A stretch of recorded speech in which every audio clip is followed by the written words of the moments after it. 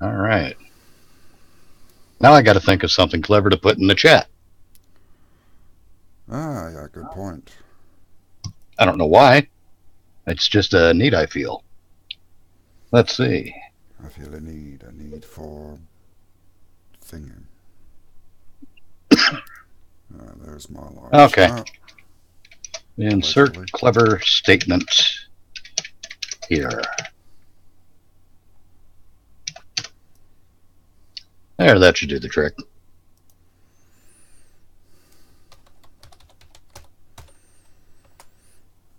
But you know what? I don't like looking. Moosecow.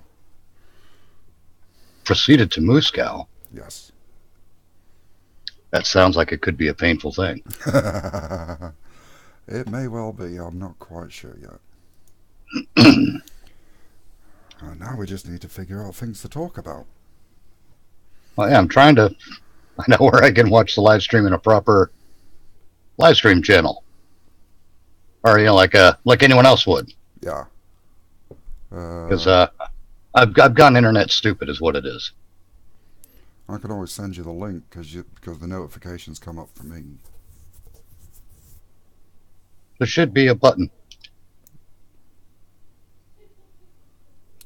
I don't know what to do with it. Why is there never a big friendly button? No, never is. How the hell did? Hey, Wolfie's around. How you doing, Wolfie? I didn't think we'd get anyone looking in on us this quickly. Right on. And Fenris is around. Oh, cool. And he's called me a stacker. I'm not quite sure what a stacker is. Neither am I. It does sound like an insult that comes out of the UK, though. And Evil Gunny! Well, I'm a shelf stacker, a people Hot stacker. damn. Am I? We got Wolfie, we've got Fenris, we've got an Evil Gunny. Shit, this is a party. What am I stacking, Fenris? Please, let me know. Maybe it has to do with the oppression stack. Perhaps. The oppression Olympics and all that horse shit. Just let me know, people, if my voice is coming through okay or not. Because I've had a couple of changes to my system since the last time I used this. So, level checks are kind of needed. Yep, fucking gender bias and all that. Or something. AeroCore's system is gender non-conforming. Or is it address non-conforming? I don't know. Well, I don't know how that shit system works. has been threatened this morning with a total reformat if it doesn't behave. Oh, yes, you got the blue screen, didn't you? I did. Pain in the ass thing, but I think I figured out what the problem was. Yeah, Microsoft. Well, other than Microsoft. Oh, well, if we're going to get into layers. That's just kind of like background radiation, Microsoft. Yeah, no kidding. Wolfie says AeroCore is just so soft. My volume there. Either that or your scales. It might be soft, but at least I'm not a furry. Oh, boy. Yeah, I went there. That escalated quickly. Yeah, it seems that... Well, it's okay. Somehow, I think I know exactly what that problem is.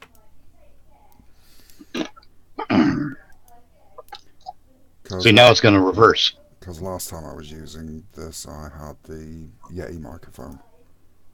Ah. Whoa, I'm getting some good background noise on you now.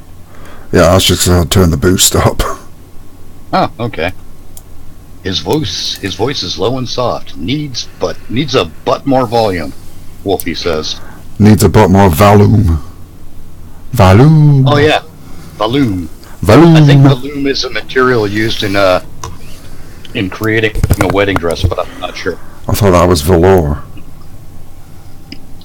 Who would make a velour wedding dress?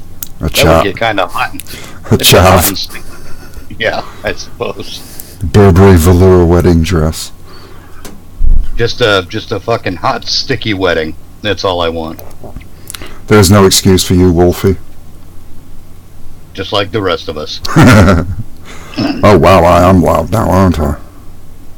Yeah, it seems like I've it. gone from next to nothing to extremely loud. I'm just watching my levels. And then let's try round about there. Alright, let's try that. Hopefully I'm not deafening anybody, and if I am, I'm not paying compensation. You can all... To pay compensation, you'd have to all start donating to my channel, so I'm not totally broke. It kind of defeats the purpose of compensation. Yes, it does.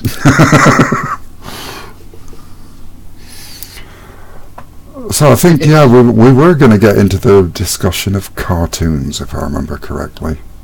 Yeah, Because I was a watching... little bit. I was watching something on Netflix the other day. It was all of the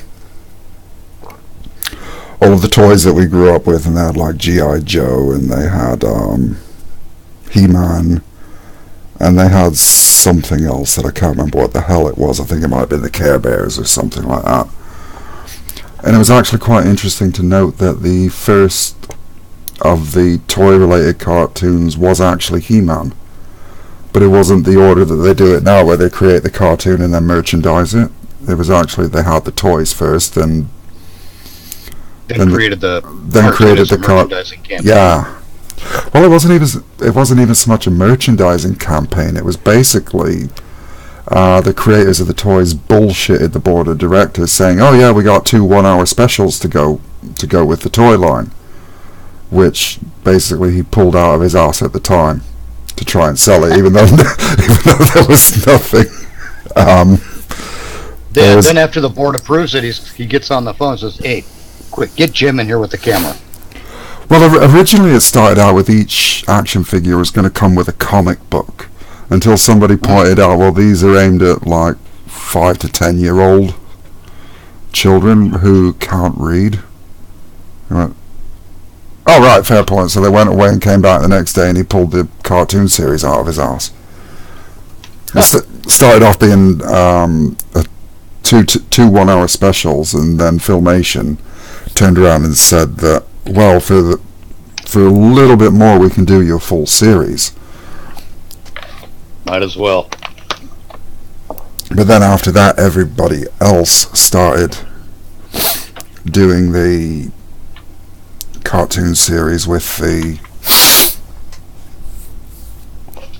Well, with the toy.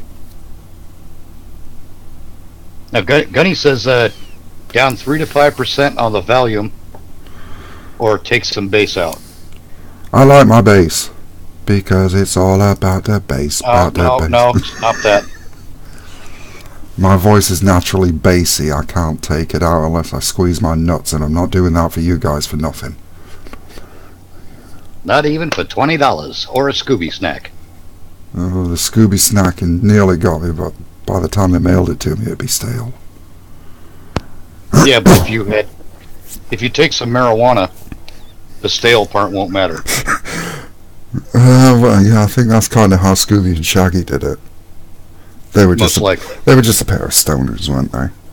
I mean, why else? I just keep wondering. It seems the girls were pulling Scooby snacks out of nowhere, and it leads me to question where they're hiding them. Well, I mean, Scooby and Shaggy would have to be high. There's the whole Shaggy and Scooby were stoners thing, because the Mystery Machine belonged to Shaggy, yet he never drove it. It was always Fred. Obviously, Shaggy knew he was under the influence.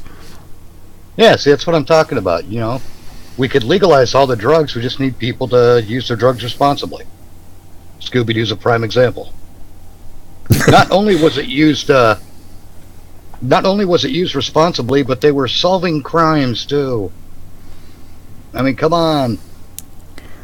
And I suppose being absolutely toasted would have been very helpful for solving crimes, because you tend to think outside of the box anyway. Yeah, but not if it's a box of Scooby snacks. Then you're thinking inside the box. Well, yeah, but not for long. I mean, did you see the way those two ate? Well, yeah.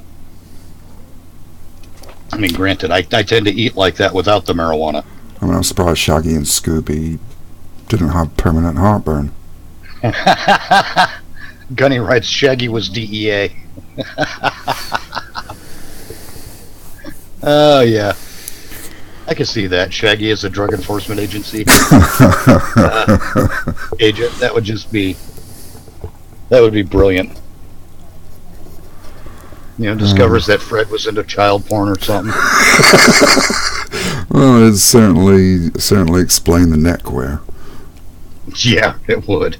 I mean, I think even then people stopped wearing ascots before Fred was wearing one. It was probably just easy to draw because... Well, yeah, who wants to draw a neck? Exactly. I mean, when it comes to drawing the human body, it's not like the neck is the first place someone goes. Usually it's tits, ass, that kind of stuff. Oh, yeah. I mean, Fred had no neck. Velma had no neck. There was only really... Did Daphne have a neck, or did she have something around her neck as well? A noose eventually, I bet. I think she hung herself. Erotic asphyxiation. Because she was quite perturbed to find out that, just like the Marianne and Ginger situation, more people were into the nerdy chick than they were into the cheerleader. Well, yeah, because the nerdy chick doesn't get laid often, so when she does, she goes all out. Well, yeah, everyone knew that the nerdy chick was just a fucking demon in the sack. Hasn't social justice got a hold of Scooby-Doo now, though, and Velma and Daphne are now gay, and so is Fred? Know. I have no idea. I don't want to know. I don't want to watch modern Scooby-Doo. I was out of suspicion Fred was gay, actually. Well, you say he did walk like he had something up his ass. Evil Gunny says Fred was a tranny. Maybe Fred and Daphne traded places. You know, Fred was a tranny, Daphne was a trap. Turns out Daphne was Shaggy's little brother. Oh, if anybody... And Fred had a fetish. God, if anybody was a trap, it would have been Velma. Because once she got somebody, that would be them in the closet, shackled to the wall. How else would she know so much about crime? I mean, it's a wonder that Scooby got out as much as he did. Okay, this was a conversation on cartoons, and it's gone weird. Oh, jeez. Yeah, I mean, it's not like that's unusual for us anyway. Well, at least we started out with a bang. It's all downhill from here, folks. Pretty much. Well, it's the same thing with cartoons, isn't it? They started off okay. Then they kind of had a little dip where they stopped doing real animation. They started doing still things that they could just zip across the screen. Like if you look at the old Iron Man, Thor, and Captain America cartoons from the 60s. Yeah. They weren't very good. But then we had another boost in the quality throughout the 70s and 80s. Yeah. And then it's been downhill pretty much since then, I would say. Well, it got to a point where animation could be computerized and people weren't doing them frame by frame anymore. Right. Except for, I think Batman the animated series was still frame by frame. Oh, there was still some that I'm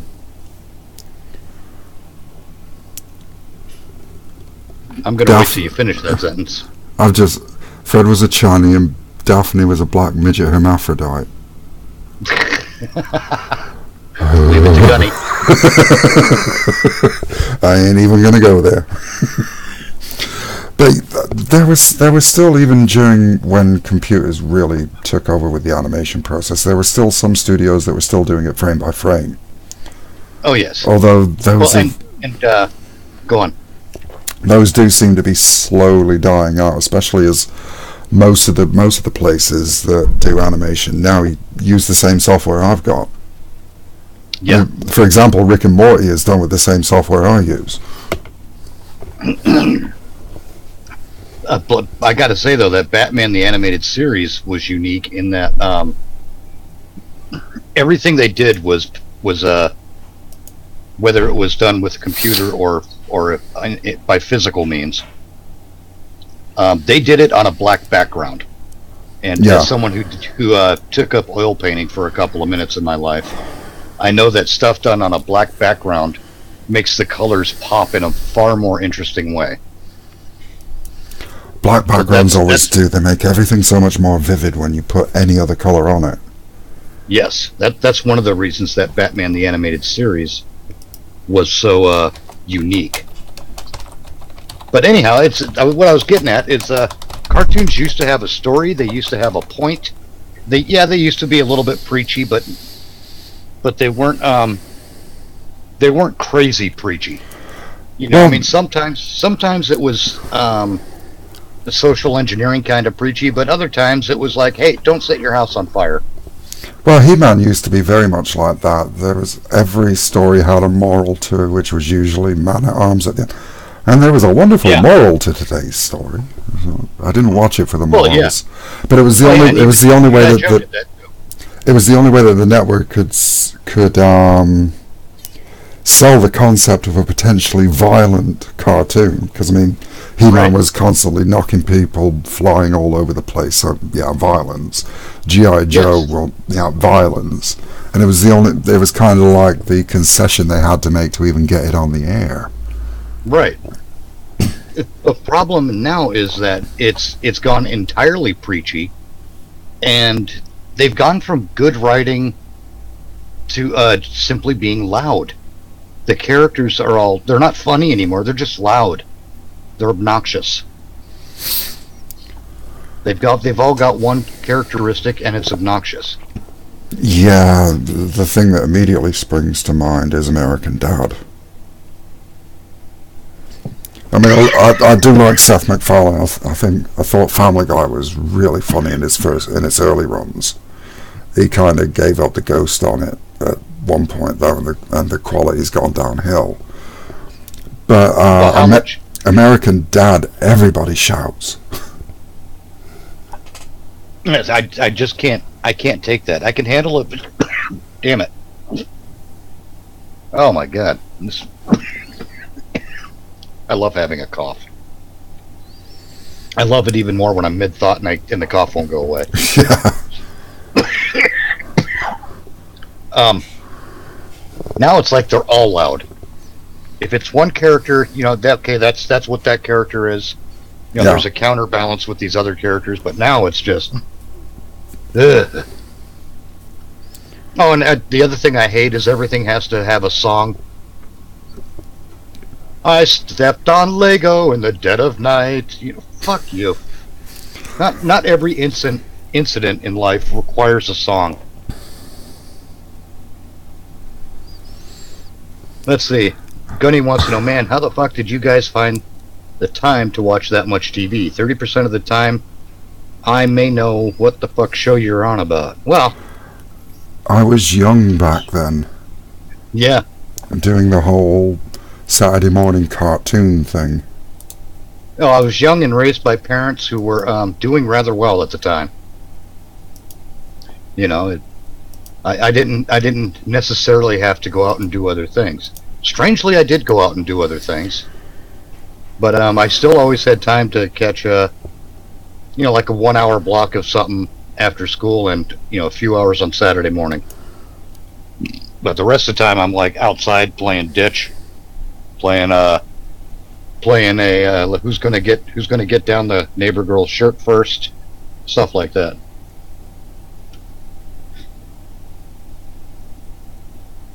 And fucking man, we used to ride our bikes everywhere too, man. Now you can't. Now it's a little rare to see people out just riding their fucking bike everywhere. Kind of sad. Yeah, but, when I was a kid, it was just sort of even go out and play just being when the street lights are on. These days, nobody lets their kids out because they're afraid that there's a pedophile behind every lamppost. Yeah, and there's not. And there's a reverse of that as well, because I won't interact with children if I can avoid it. Because I just know how the world works now.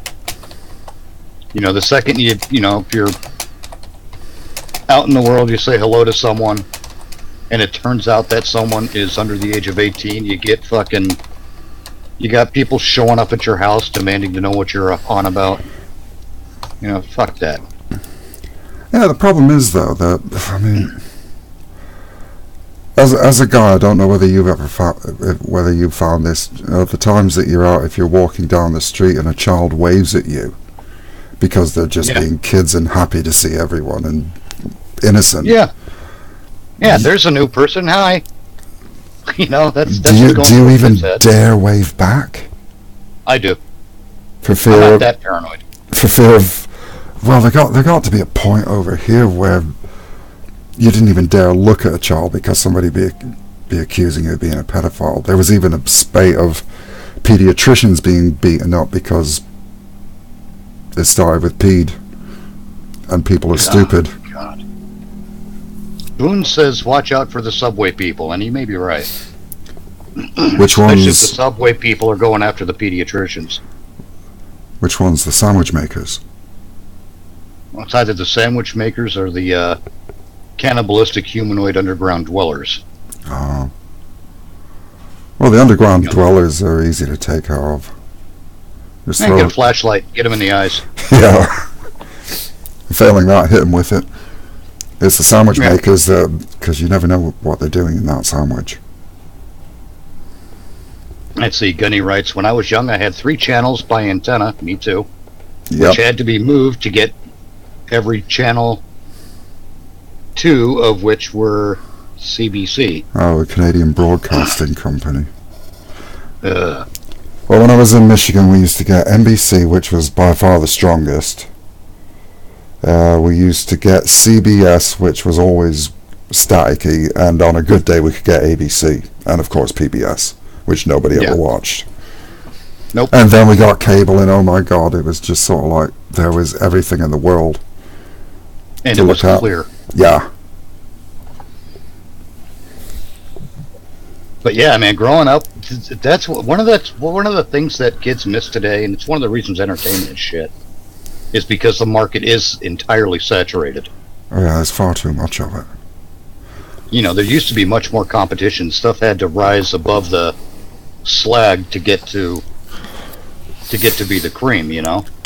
Well, the same thing happened over here in the UK. I've kind of watched it happen twice.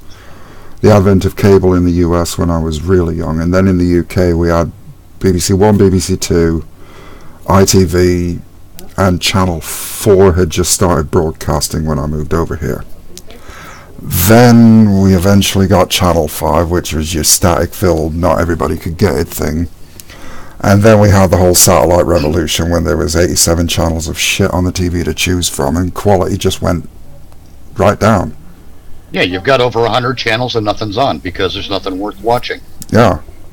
Especially early on, because there's the infomercials would take up a lot of airspace just so that there would be something on. And you know then the 24-hour news cycle started too. With that, that was one of the things that came with cable television. And what a disaster that's been. Talking to you, CNN. Oh god, the constant news cycle is... It's no wonder we've got so much fake news, because they want to broadcast 24/7. And, well, it's not actually a 24/7 broadcast, it's 16 hours and then repeat. Yeah. But they've still got 16 hours to fill. Yeah, and somewhere at little blocks in those 16 hours, or rather in the 24-hour cycle, they have their commentary shows as well. You know, like Rachel Madcow and Bill O'Reilly and Sean Hannity and all them. God, don't even get me started on The View. Oh, we have a version of The View over here. It's called Loose Women. Hey, fuckwad. Yeah, Loose Women is... Actually, I've seen Brian Blessed on Loose Women, and he seems to have fun with it. But he's Brian Blessed. You know, you put him in a room full of women, and it doesn't matter who they are or what their politics are, they're going to melt. Because it's Brian Blessed. And the guy's, what, 75, 76, something like that now? Is he and they're really still that going to old? melt over him. Is Yeah. he does not look it. He's basically the hyperactive grandfather Yeah. who can still kick your ass. By the way, Oh yeah, the old school grandpa who kept fitting in shape, and you just did not piss off because otherwise you. He always had a walking stick, but never used it. I'm sure he carried it just and to he wasn't smack using it for people walking. with.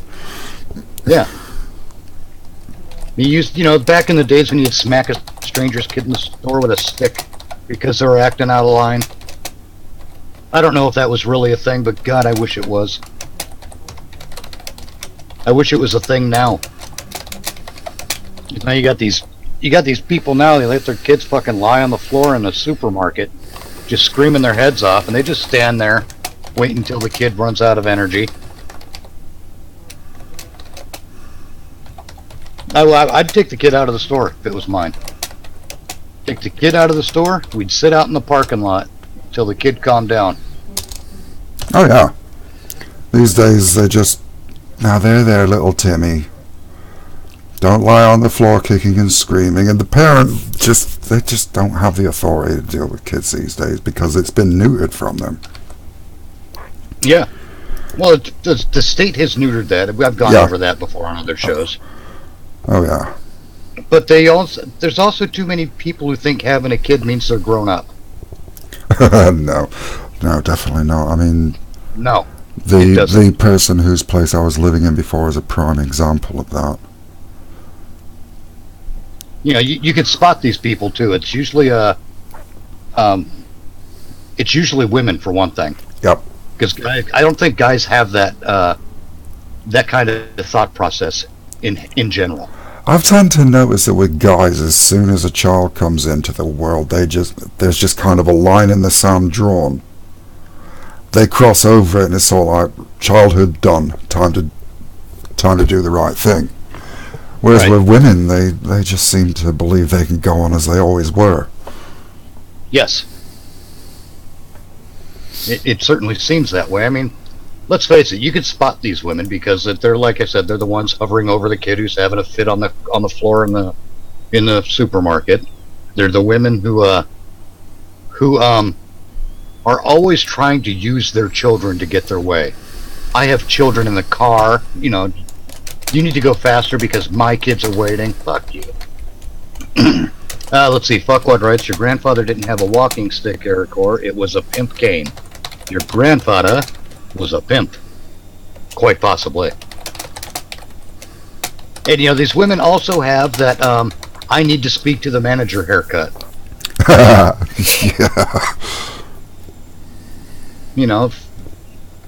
They're basically adult children. They think because they squeezed some manner of life form out of their crotch hole that it's either some sort of an indicator that they're adults now, that they need to be respected. They think it comes automatically, and it doesn't. Oh no. Especially for parents, respect is earned, not given. Let's see. Evil Gunny. God damn it. 15, I was working in camp 14 to 16 hours a day, 28 days in, 7 days out. Spring, summer, fall, winter, commercial fishing, 24/7, every chance you got. Rig, pig, more camp hours, never really into TV. Some people aren't into TV. I'm not into TV that much now. I've got a couple of shows I watch to sate curiosity. I've got a couple as well, apart from occasionally if there's nothing to do late at night I will binge watch something on Netflix, but other than that I haven't had an active TV in about 8 years now.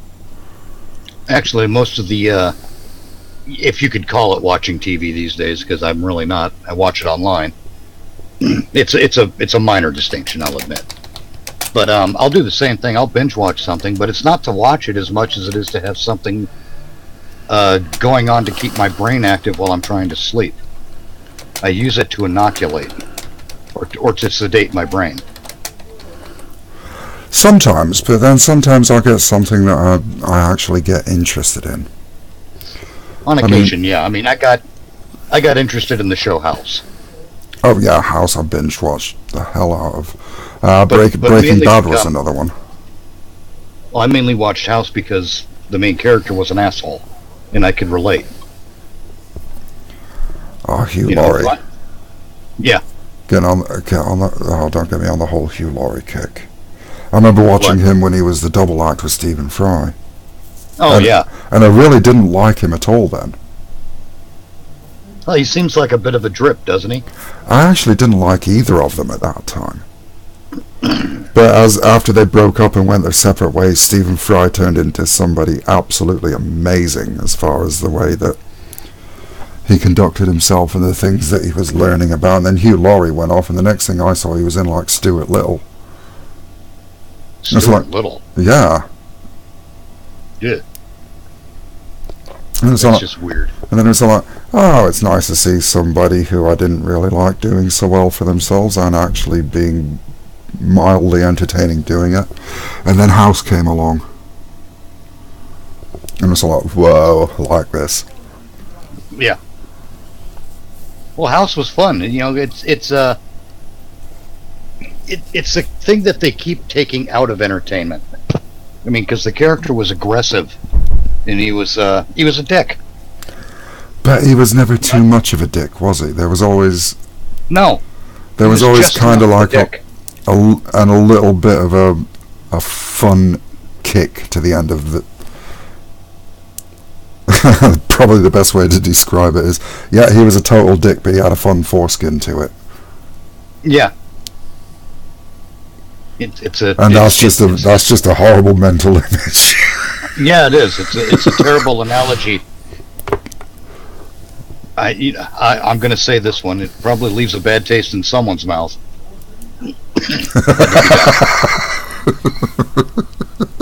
But Ask Wolfie, he'll know. Oh, Wolfie's gone. We can't ask. well, yeah, but you know, he's a wolf. He can reach. Anyway,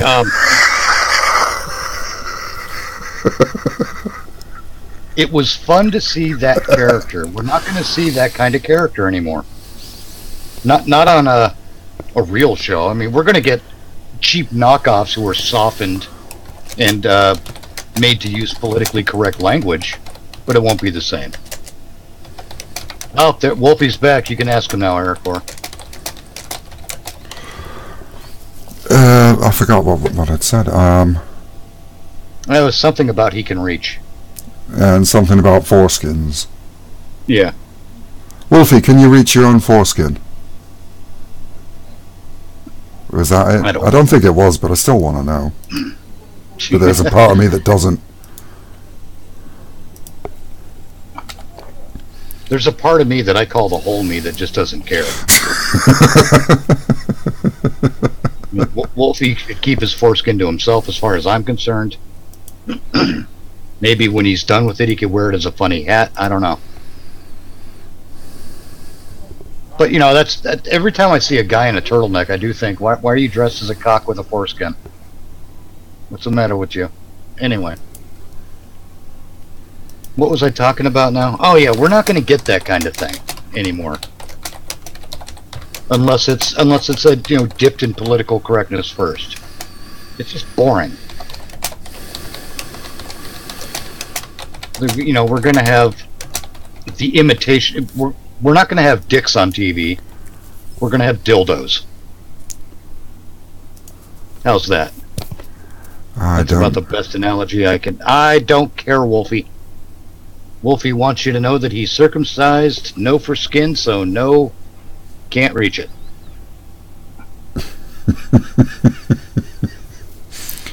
Great. Now I gotta live with that information.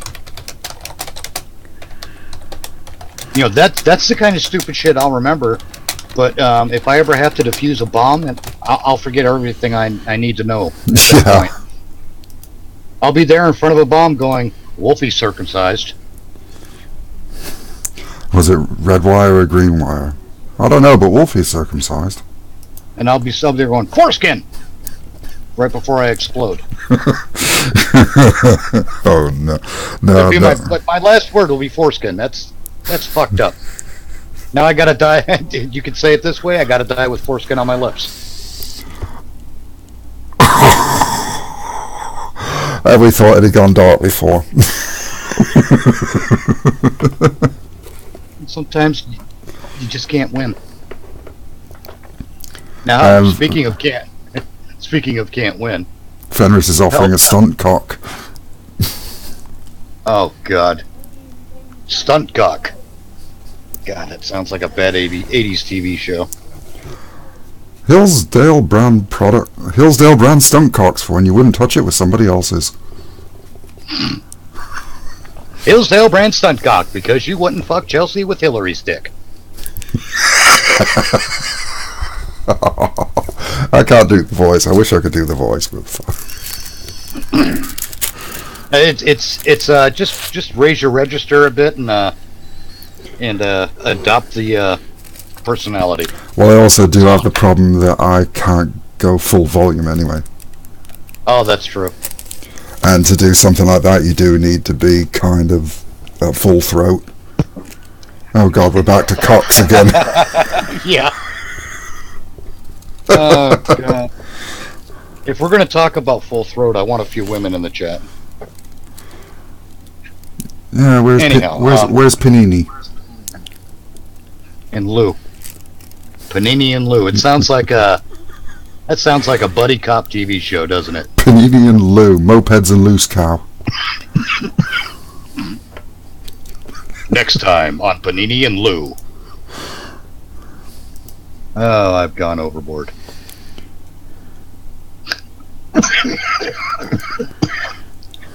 So what you're saying is, yeah, Jordan Peterson. Let's see, fuckwad. That's why you have Lopez disarm the bomb. That's a good point. Yeah, but still, do I want send Lopez? Let's see. So now, thanks to fuckwad, I now have a choice of having either foreskin or Lopez on my lips when I die. This is just not getting any better. Maybe if Lopez has a sister, it could be okay. I don't know. Let's see. Still, Lopez is better than anal sphincter. That's true. I don't want that on my lips at all. Wolfie says he would wake kitten, but she's in a different state. What, is she in like a state of disrepair or state of disarray? State of non-conformity. Ooh, maybe. A state of the painters are in, so you get something launched at your head. What? No, don't explain it. No, probably best not to. I'll live with the mystery. Then we got that Jordan Peterson interview, don't we? God, that was good. That was amazeballs. That was just absolutely fantastic.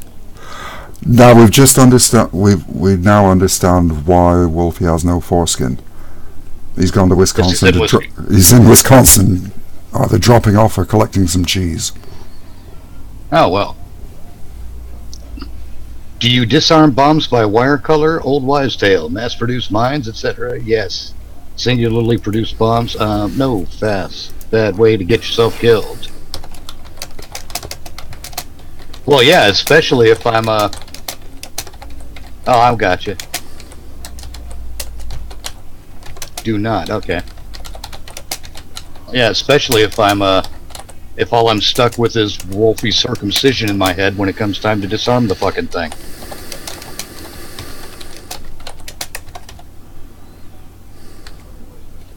This is why my specialty is not EOD. Oh, that, and I've never been military, so that probably takes a little bit of that sentence that I can't finish because I lost track of my thoughts. You do not disarm bombs by wire colors. Old wives' tale. Mass-produced mines, etc. Yeah. Singularly produced bombs. No. Fast, right. Bad way to get you. Yeah, I'd just use all black wires just to fuck up the bomb squad. Hey, Zero Unknown, join us. He called one of us a hoe. I think it was me. Yeah, because I don't charge. What? It must be you, because I don't charge. I do group discounts. Yeah, get a squad of cheerleaders in here and let's see what happens. Got the best 2 minutes of their lives right here. What if they only have one roll of wire? Yeah, really, it's like you're I don't want to say run of the mill, but like your not what is it? Like your random bomber is going to be sitting in their workbench or at their workbench in their like in their garage or their basement, working on their bomb, going, shit, I'm out of blue wire. Gotta head to Radio Shack.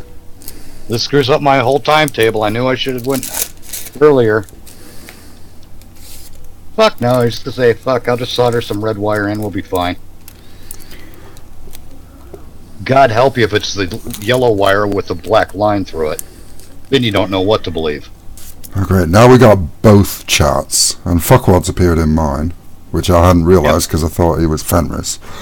Now we got both charts talking about bomb dispersal techniques. Yeah. This is like really weird. We're having a cross-screen argument going on while we just bullshit our way through it. Yeah. It takes the onus off us to be creative. Yeah, indeed. We could just comment on the chat. Easy show. Let's see. Fenris says easiest way to take out a depth charge is to swim up to it and place a satchel charge on it. Gunny says far more frightening are armed penguins. Yes, they are. This, well, speaking of what Fenris said there, this is why I'm not so quick to condemn the fat acceptance movement. Because we can always get the fatties and push them out to sea and they'll take out the mines and depth charges. I don't know, fat floats. How can something that floats take out a depth charge? Well, it depends how much water it disperses, but definitely mines. I mean, it certainly indicates that fat people have a proclivity for being shallow. Or being in the shallow, no matter where they are. I don't know. I'm sort of going in a weird stream of consciousness thing now. Evil But yeah, Gunny, the far Jordan more... Peterson debate. Oh wait, far more frightening or armed penguins? Is that a shot at Merlin? Oh yes. Because Merlin is an armed penguin. There you go, Merlin. You got a shout out on our show. Yep, now you can say Moosecow with the rest of them. Lopez! That was just to cleanse my palate. Anyway, Jordan Peterson, that was glorious. God, that debate was beautiful. That wasn't even, that interview, that wasn't even a debate. Because she wasn't bringing salient points. What's her name? Kathy Newman? Yeah. Because, man, she just refused to accept anything he said. It was an absolute refusal. She kept trying to steer anything he said into a direction that is almost exclusively the opposite of what he had said. Oh yeah, pretty much. Or basically trying to make it so that he was parroting the narrative that she wanted to push. Right.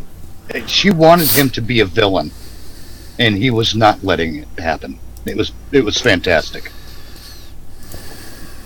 God, that was beautiful, especially the part where he pins her down. And when he points out to her that she's using free speech to, oh boy, fuckwad, you're going right the same route that Gunny has gone with the how can the penguin shoot the gun.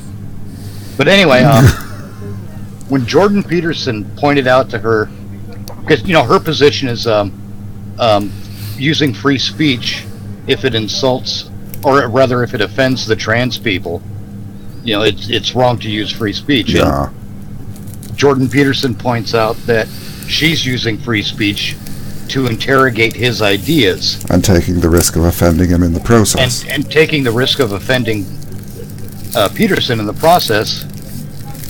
And she just had she had nowhere to go with that. Absolutely nowhere. And I mean, he even said that she was doing the right thing by doing so. More power to you, he said. Yeah. And she has nowhere to go from there. No, she actually went silent for. I didn't actually time it, but it had to have been a good 10 seconds. Yeah. Well, she didn't really go silent. She went silent for part of it, but she stammered a bit too, trying to wrap her head around how. She tried to wrap her head around the false equivalency that she was laying out. And it was just fucking hilarious and beautiful. Oh, yeah. And I actually agree with him. She's right to interrogate his position. You know, that's what intellectuals do. They interrogate a position. It's not personal, although she tried to make it personal. I mean, even if you agree with it, even if you agree with the position, it always does well to interrogate it anyway. You need to be around people who don't agree with you, because your ideas cannot grow and become strong if they are not challenged. No, exactly. Ideas have to be challenged, because that's how you get to things. And it's how you even a good idea will have poor elements to it. And those poor elements will be weeded out, refined, improved, and maybe made into something useful via scrutiny and interrogation. Exactly. You know, I hate to keep going back to the Second Amendment, but it's one of my best examples. You know, I used to fall on one side or the other when it came to, you know, one side always falls on the well-regulated side, and another side always falls on the shall not be infringed side. And for a long time, I fell on one side of that argument, until I realized that there's a piece right in the middle of the Second Amendment that speaks about maintaining the security of a free state. Yeah. You know, it's because I interrogated the Second Amendment that I began to realize that it's not that both of these sides are superfluous, because they're not speaking about what is really important, and that is maintaining the security of a free state. Just going off on kind of a side tangent. You're well known for trotting out the Constitution and the Bill of Rights to substantiate arguments and whatnot. Yes. I'm actually kind of curious, because I don't remember learning this when I was at school. Do we have any idea how long from the time that they decided, right, we need to have a Constitution and a Bill of Rights, to the time that it was actually signed and made legitimate? Do we have any idea how long it take them to fight all this stuff out and come up with what works? I'm not sure. But we know that the Declaration was written and delivered in 1776. Yeah. And you know that's what brought about the War of Independence. Yeah. So from 1776 to 1783 is 7 years. I'm assuming that you know, they may have started with, you know, the core ideas for what they want for a Constitution and a Bill of Rights and all that good stuff prior to 1776. I'm not sure, to be honest. Well, I would have thought so, because they would have started with an idea, and then there would have been a whole bunch of them just arguing it out and refining it down and taking ideas, and the ones that had merit stayed, and the ones that fell apart under scrutiny fell to the wayside, or were refined into something that worked. Don't forget that the 13 colonies, you know, these people had to travel or rely on messengers to exchange ideas. Yeah. You know, it took a hell of a lot more effort to do than it would now. Oh, definitely. I honestly don't think that now that anything like that could be created anymore. No, probably not, because well, let's say if someone tried to break away from the United States to do California, that, we're looking at you. we're hoping that parts of California do in fact break away from the United States, and New York for that matter. But anyhow, even if they tried to break away, it wouldn't be a success. They just couldn't do it. I mean, there's so much interconnectivity. Yeah. You know, when Trump was elected in California, oh well, California should secede from the Union. Yeah, go ahead, just try it. Try to get out of the Union when you take all that water from the Colorado River. Try to get out of the Union when most of your electricity is generated out of state. Yeah. Go right ahead. Go right ahead. I would have been one of the. We will cut you off. I'd have been one of those that was taking bets on how long they'd be before they came. Can we come back? Right. They would either come crawling back like a bunch of little babies, or they would be whining like a bunch of little babies that America's oppressing us. I think what probably would have happened is they'd have gone bankrupt like Venezuela and then been invaded and reintegrated. Maybe. There's a very good chance they're being invaded by Mexico. I say invaded. It wouldn't exactly be an invasion. It'd just be reabsorbed. Let's see. I got two things coming up here. I can hardly read the one that Fuckwad wrote, so you take that one, and I'll take what Gunny's got going here. 1776 and 1788, the Articles of Confederation were in between. 12 years then. No, I was wrong. Not 1783. 1787 is, I believe, when the Constitution was ratified. I don't know where I got 1783. Anyway, Gunny writes, feminist SJW LGBTQI XXXXWTFE can no longer prosecute crimes with DNA.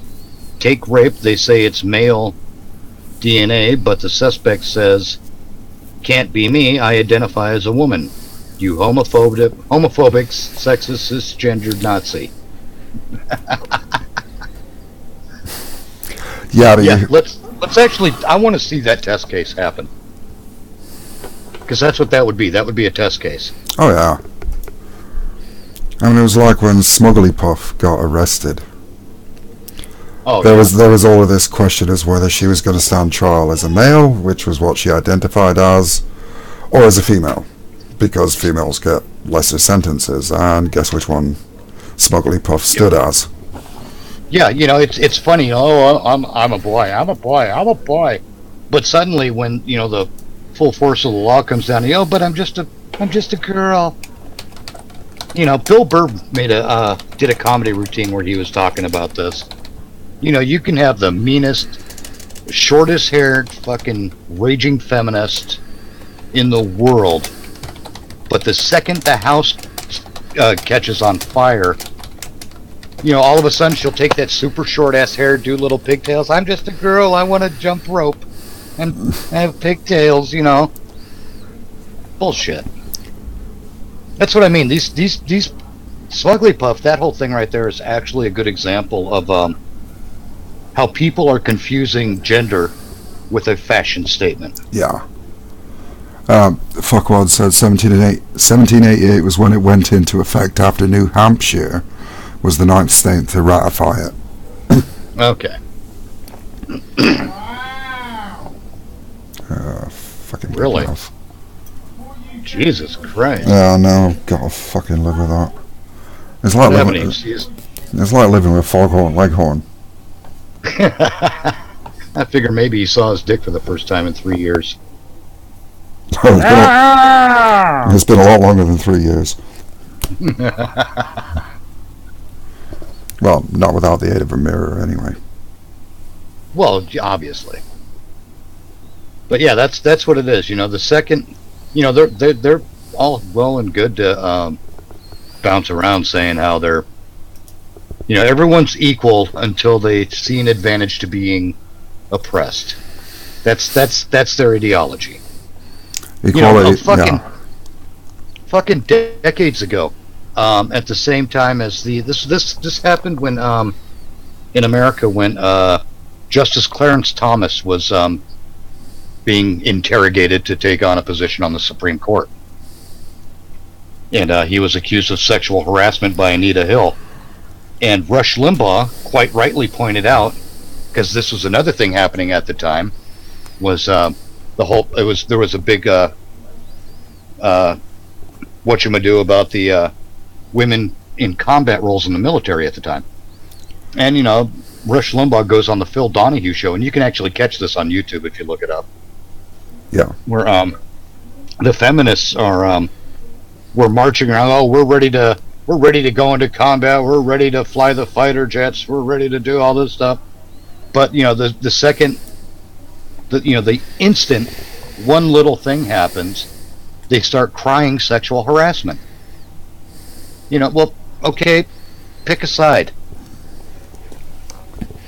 Which one of these characters are you going to be?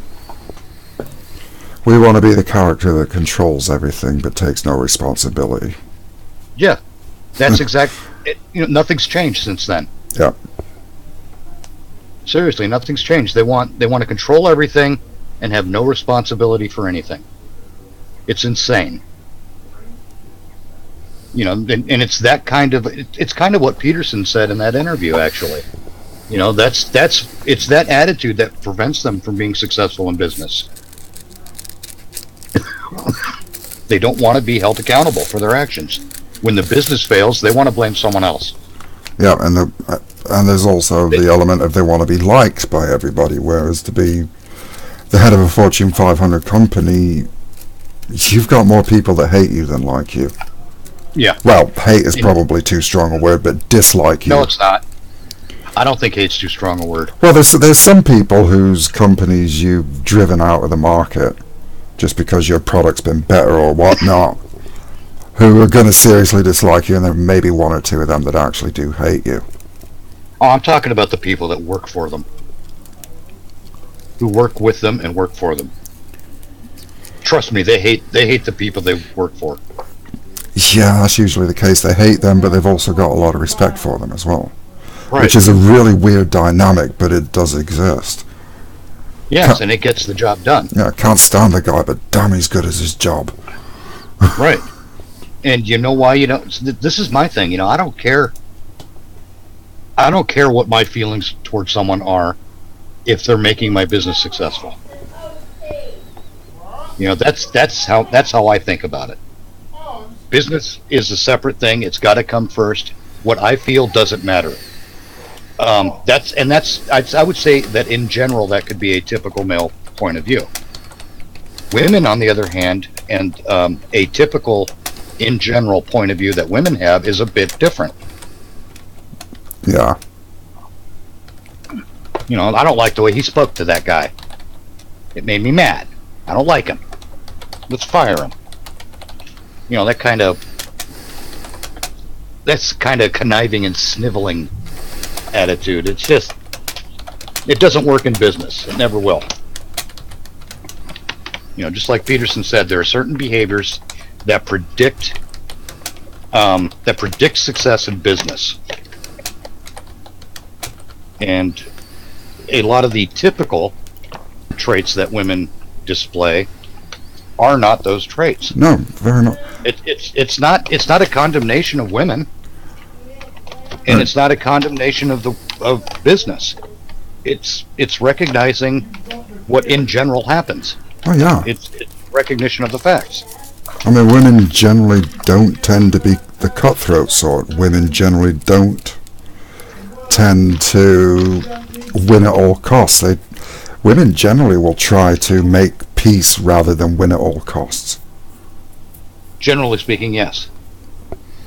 Which there is a definite market for people who are going to go in there and try and make peace, but business really isn't one of them. When it comes to the whole pay gap and all that stuff, yeah, there's a reason for it.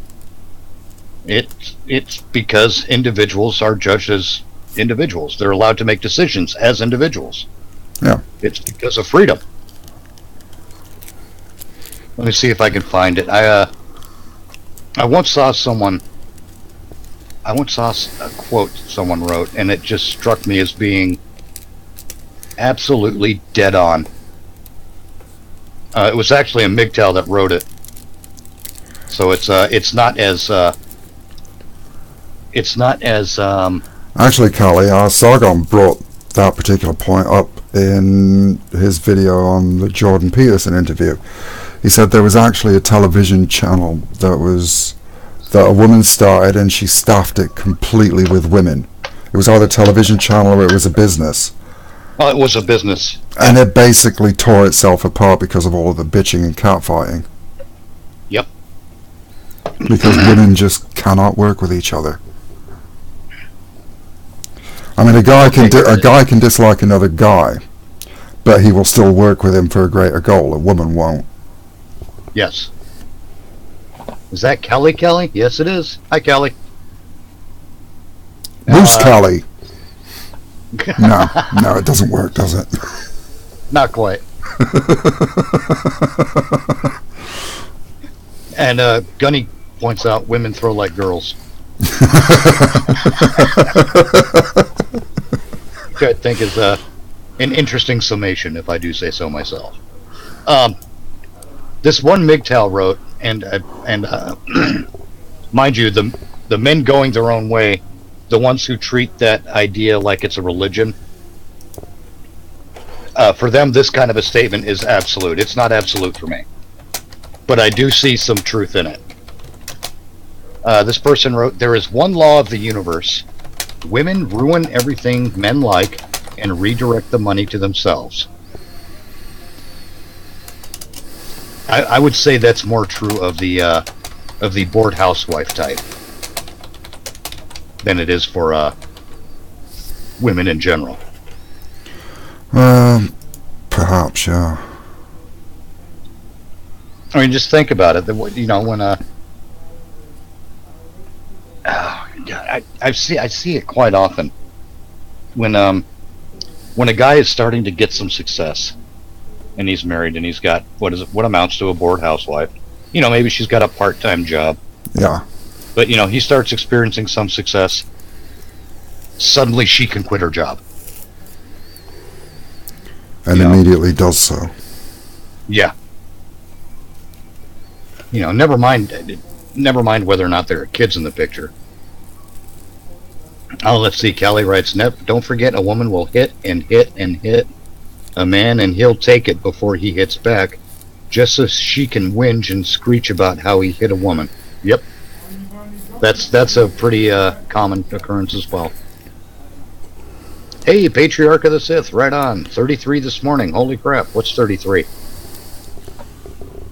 You get 33 kicks in the nuts? What do you got there? Or is it your birthday? Happy birthday. No, that could be. Yeah. But there is a kernel of truth in that MGTOW point of view.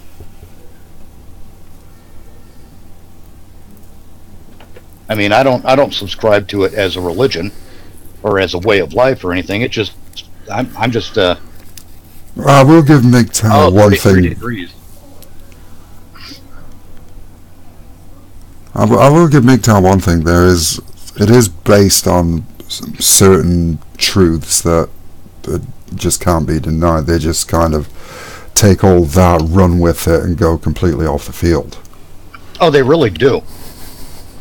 You know, they treat it like it's some kind of a like it's a war that has to be won, and that's not really the case. Because it isn't. It's a case where people just need to be treated equally under law. That's all it is. Well, there's that element, and there's an element of guys just have to be willing to say, "No, I'm not putting up with your shit." Yeah, that's what I was getting to next. Actually, there's that social element. Yeah. Where you know, we've all encountered the henpecked husband. Oh God, yeah. Who do you blame for that? The wife or the husband? The husband. Me too. Because he never once stood up and went, "No, shut up." Exactly. And you know, you don't have to go fucking driving a nail through a board and smacking someone with it, though that in some circumstances has its appeal. All you have to do, this works with children and dogs as well. All you have to do is have the voice. You just have to be able to say no. Kali, MGTOW is not a type of sexuality. And Patriarch of the Sith, MGTOW is most definitely a reaction to feminism, same as the men's rights movement, really. Yeah. But you know, at least the men's rights movement and MGTOW have a demonstrable basis in fact, as far as things that are happening right now. Yeah, if I had to choose one of them to ascribe to and identify myself as, I wouldn't pick either. But if I had to pick one, I'd go with the men's rights activists rather than a MGTOW, because the men's rights activists, they're more interested in balance than actually fighting a war. Supremacy. Yeah. Right. That's just it. You know, feminists are interested in supremacy. The MGTOW are interested in supremacy. And the MRA, like you said, seem more interested in addressing concerns that exist. Because feminism gradually swung the pendulum a little bit too far in one direction. All the MRA is trying to do is bring it back to the center and keep it there. Yeah. For the most part. I mean, it's even the MRAs have their their whack job. I mean, every group's got their whack jobs. Oh yeah. But if I had to pick one of the two, I'd definitely go MRA, because it seems more grounded. Yes. Make a vibrator out of a taser. Callie, you up for product testing? No, that was actually Gunny wrote that. Make a vibrator out of a taser. Yeah, I know. I just asked Callie if she's up for product testing. Oh, okay, I'm with you now. Hillsdale brand sparkly vibrators. Now, see, MGTOW and feminism have that thing in common, where they both have the zealotry of a religious extreme, and it's annoying because when you have that level of zealotry, you can't. There's no interrogation of ideas to get to the truth of the matter, because people stop caring about the truth and only care about what they have to say. Yeah. Oh, Patriarch of the Sith brings up a good point. It doesn't seem that the MRAs have any teeth, however, though. I'm reading it like I would say it for some reason. It's like they're begging for their rights. Yeah, it is. And, you know, and let's face it, the only way men are going to be treated equally under law, there's a couple of ways, actually. The one that the MRAs seem to be trying is to do so on a case-by-case basis until there's enough precedent set up where it's just established, where it's got that sort of temporal, not velocity.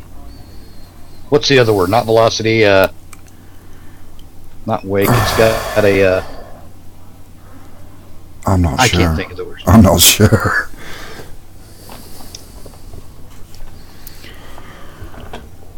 I'm honestly momentum, not where it's got the temporal momentum to be a more balanced system. And you know, when something attains that momentum, all you have to do is keep it level. Right now, there's an obvious tip. Gunny writes, "I was MGTOW/men's rights 20 years before there were groups, or before their groups were." Yeah, a lot of people were. Oh, a lot of people saw it coming. That reminds me of an argument that I once saw on YouTube. I can't remember which one it was. But one of the MGTOWs was going, well, you can't have been MGTOW before MGTOW was a thing, because before MGTOW was a thing, there were no MGTOW. Yeah, there were. It's just an idea that somebody put a name on. Deal with it. Yep.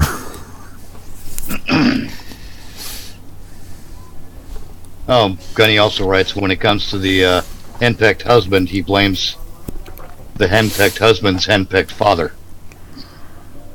We don't necessarily know that's true, though. Critical mass. I mean, there's a pretty good chance that the henpecked husband's father was one of those guys who worked 80 hours a week, and he got brought up by the mother and told that you must give women everything. Well, yeah, that's just as much a fatherless household as a...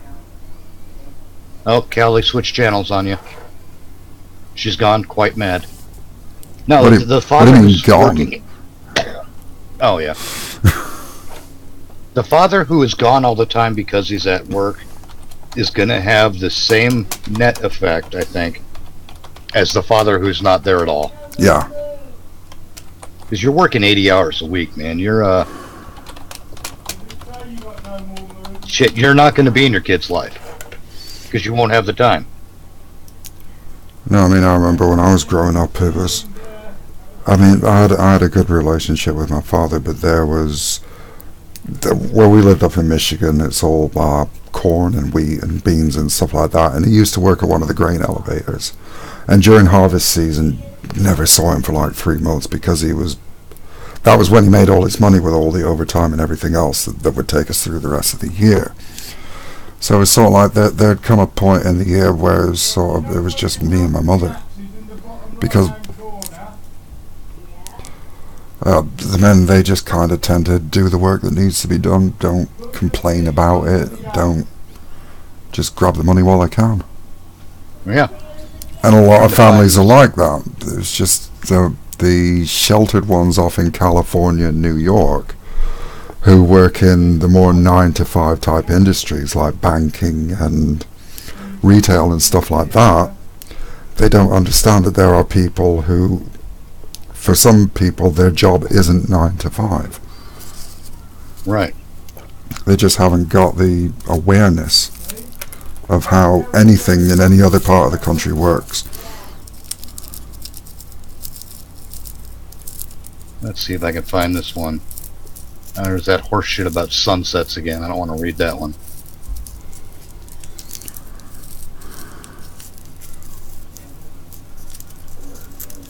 God damn it, where'd it go? I hate Facebook. I really do. It's completely disorganized. Facebook, see it once and then never again. Yeah.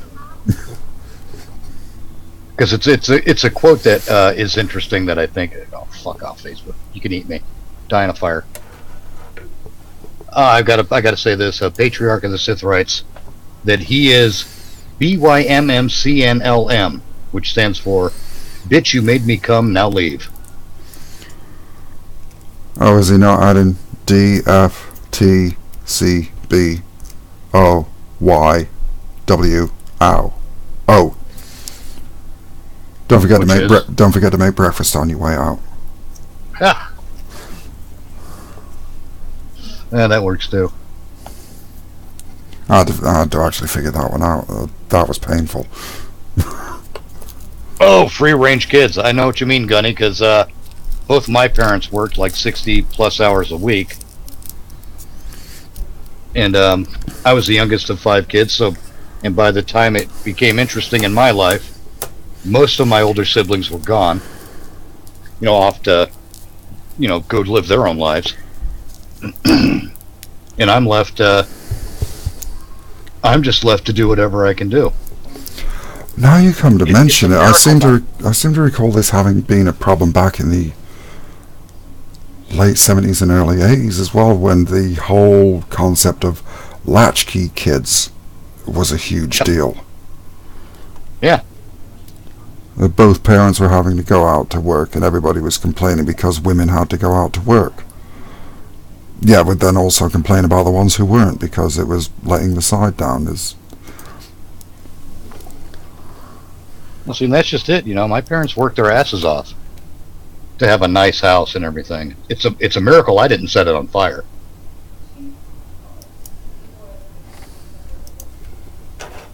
But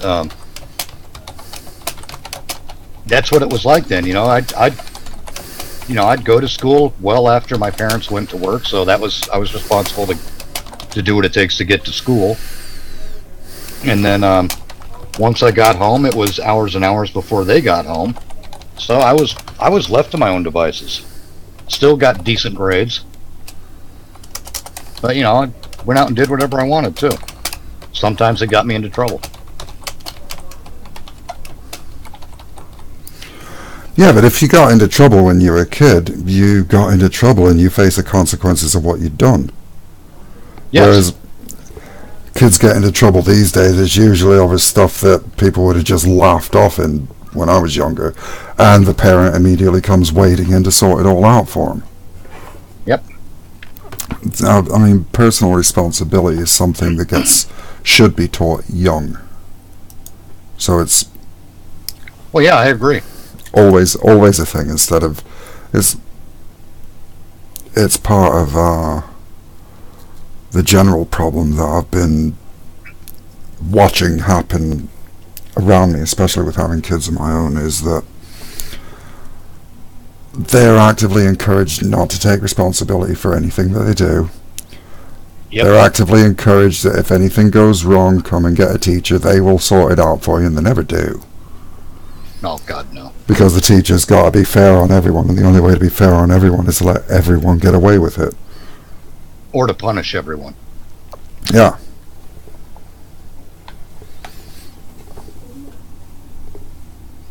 I mean, it's it's funny, you know, because you could figure out whose parents were home, no, who had a parent at home all the time and who didn't in school by how a kid would react to getting caught doing something they shouldn't be doing. Oh yeah. If I were caught, I'd be like, yeah, okay. Yeah, you got But, you me. know, then there's the other kid who would get caught red-handed, mind you. You know, the kid's hand is in the girl's shirt in the desk next to him, and he gets called on it by the teacher, and the kid will deny it.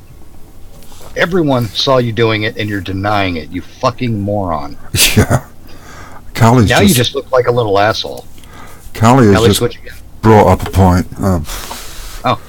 Callie can't decide what gender she is today. Oh. As long as I have video games, my mom could trust me home alone for hours on end, and that right there is a problem. Yes, it is. We've stopped actually looking after our kids and just stuck them in front of a screen to babysit and educate. Yep. And then we wonder why they turn into snowflakes, because that's what they're being programmed with from the TV, and maybe not so much video games at the moment, but they're trying to push that way. So the video games are constantly programming you as well. Yeah. Well, why do you think the SJWs want to infest video games? So that they can control the narrative that the video games... Yeah, so they can use the video games to indoctrinate kids. Yeah. It's the same reason they want to infest the schools, to indoctrinate kids. Well, they already have infested them, haven't they? In fact, here's my challenge for Donald Trump for 2018. Fix the Federal Department of Education or disband it. In fact, disband it. Get rid of it. There's no constitutional authority. I dare you. Get rid of that shit. Yeah, education seriously needs to be looked at again. And it's not just in the US, it's the same here in the UK. You know, and everything we're talking about here about the personal responsibility at a young age, Gunny points out quite rightly that it's called growing up.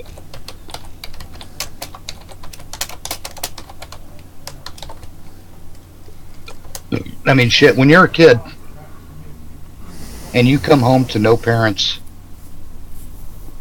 and and you decide you're hungry and it's time to eat, you gonna just sit there and wait, or are you gonna get something to eat? I'll tell you what you're gonna do. You're gonna get something to eat, because that's a responsible thing to do. Because you have no choice but to be responsible. Yeah. Because there's no one to take care of you. I'm not saying that like there's no one to take care of you, be sad, feel pity. No, not like that. It's like you don't have a choice. It's just the way it is. You need to learn to be self-sufficient. Because there's going to be a time in your life when you're going to need to be self-sufficient. Yes, there is. And it looks as though I may have to leave you to entertain the masses for a couple of minutes while I attend the porcelain throne. Oh, well. I'll hug the white wishing well then. Back in a moment. Right on. That's what it is, though. You gotta... We've stopped demonstrating to our kids how to be self-sufficient. You know, we have to let them fall. We have to let them Sometimes you got to let the kid put the thing in the light socket because that's the only way they're going to learn not to. Sometimes they do have to burn their hand on something because that's how you learn. Sometimes it requires a fall to learn how to get back up. You can't just be upright all the time. It doesn't work because then you never learn how to fall. That's the best part about falling is learning how to fall. So when you fall again, boom, there you are. You fell, you survived because you learned how to fall when you were a kid. So you get back up, you brush off your knees, you issue a nice loud holy shit or a fuck or something like that, and you go on about your day. Yeah, maybe you lose a little bit of blood. But this was back in the days when you could you were allowed to have a runny nose without being run to the fucking emergency room. Sorry that took so long. No worries. Let's see, Gunny writes, we had a farm that pretty much took up my time. Dad bought us 3 boys' calves to raise, to eat, sell while he was in camp then. There you go. That's another example of learning how to be responsible for yourself. That's an example of parents teaching kids how to be responsible for themselves. You just don't see it anymore. Now a kid gets in trouble in school, they get the phone call home, some parent comes rushing in, in a fucking tizzy, because their little angel would never do such a thing. Well, maybe you don't know your kid, lady. Maybe you should get out from under the hairdryer and stop spending so much money on getting your fucking hooker nails done and spend some time with your fucking family. Well, children are never the same at home as what they are anywhere else. Exactly. And, to those fathers who spend all that time at work, probably just to get away from the family, well, you're going to have to grow up a little bit too and spend a little more time at home. I know it's not going to be pleasant, but you're going to have to do it. You got to be a part of those kids' lives. You got to take responsibility for the life that you created. Hiding out at work because you don't want to be around your wife, that's no solution. And of course, it seems like the only viable solution, considering how divorce laws work these days.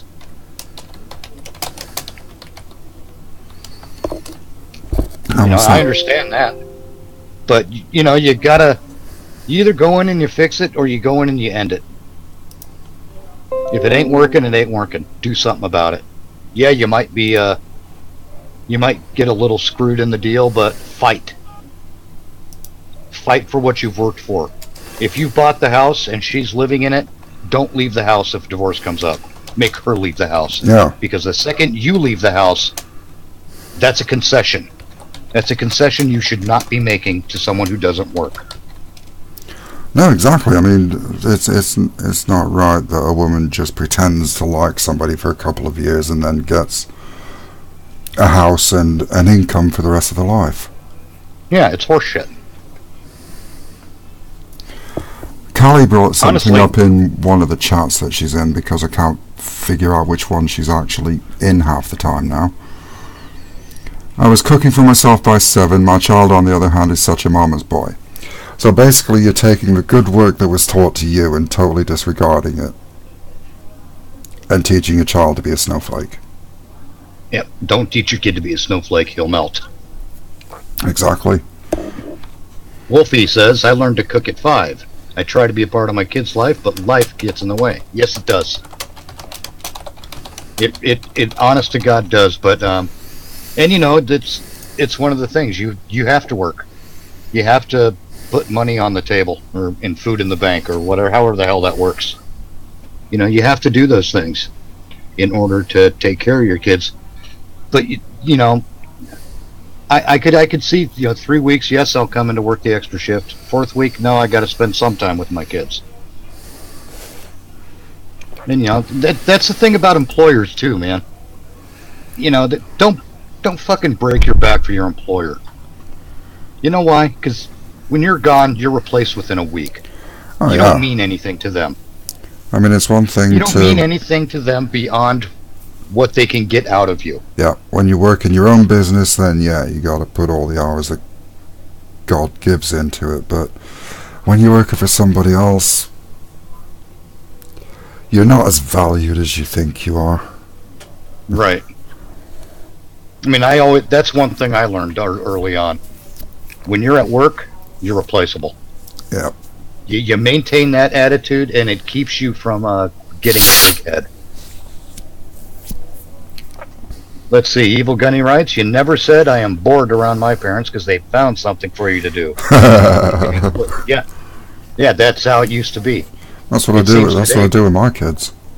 I'm bored. Right, we'll go clean your room then. Don't want to. Well, then shut up about being bored. Yep. But I don't think that happens as much today as it used to. I think today it's more like, I'm bored. Oh, well, why don't you go play a game? Why don't you call your friends? Why don't you... No, that's not the solution you're looking for. I'm bored today seems to be shorthand for parental unit, please entertain me. Yes.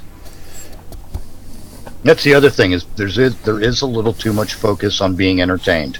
Yeah. You know, because, you know, sometimes you do have to work. Sometimes I have to come onto a live stream when I have nothing to say.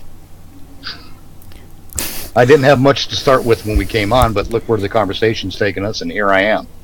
Well, no, we just do our usual thing, and something goes weird, like transvestite Fred from Scooby-Doo, and it just takes on a whole life of its own. Well, that's why we have Gunny in the chat. Gunny gives us ideas. Everyone in our chat does. Oh yes, Gunny, the provider of the testicular nailed roof people. He provided us with the impetus to come up with the phrase "shingle dick." For those of you that had missed it, what was it, the last episode, or was it the one before? I think it was the last episode where we started out with the Darwin Awards. And check out either my channel or Mitch's, you'll find it. Yeah, Gunny saved the day on that episode of Lopez and Moosecow. Oh god, that story about the guy who nailed his scrotum to a roof with a nail gun. That's a risky take, though, going and taking something that you haven't read before, but you're just going on the supposition that it's funny because the previous Darwin Awards have been funny. So you're going to get at least one laugh out of it, and it falls flat.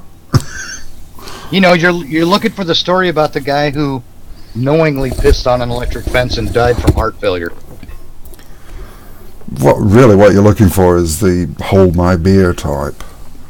Yeah. You know, the classic one about the guy who connects a bunch of helium balloons to his lawn chair so he can float up and have a beer, and he wound up floating up too high and froze to death. Yeah. And if that's not a hold my beer scenario, I don't know what is. UT 33200, we came from the bottom and now we are here. Welcome to the stream. Yes. I haven't seen you in a while. I gotta have a sip here. One of my regular channel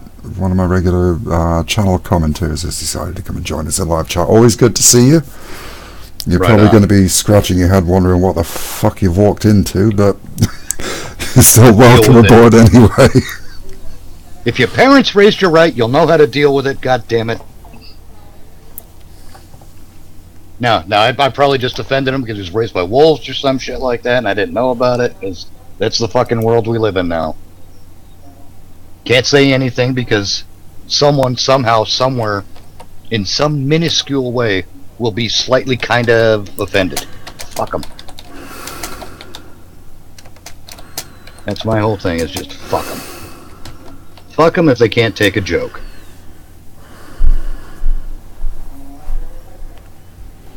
You know, and another thing for all you parents out there, don't give your kid a fucked up name. Shaniqua. Save that shit for your internet profile or something. Fucking give your kid a normal fucking name, would you please?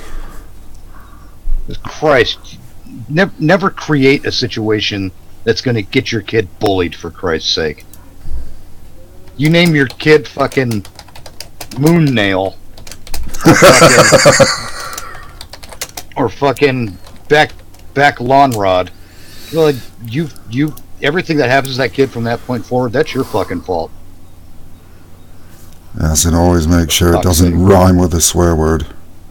Oh, absolutely. Like Chuck. Witness. You think Mitch was fun? Chuck, Mitch. I'm trying to think of other ones that rhyme. Dan. Dan. Damn. Damn, Dan. Damn.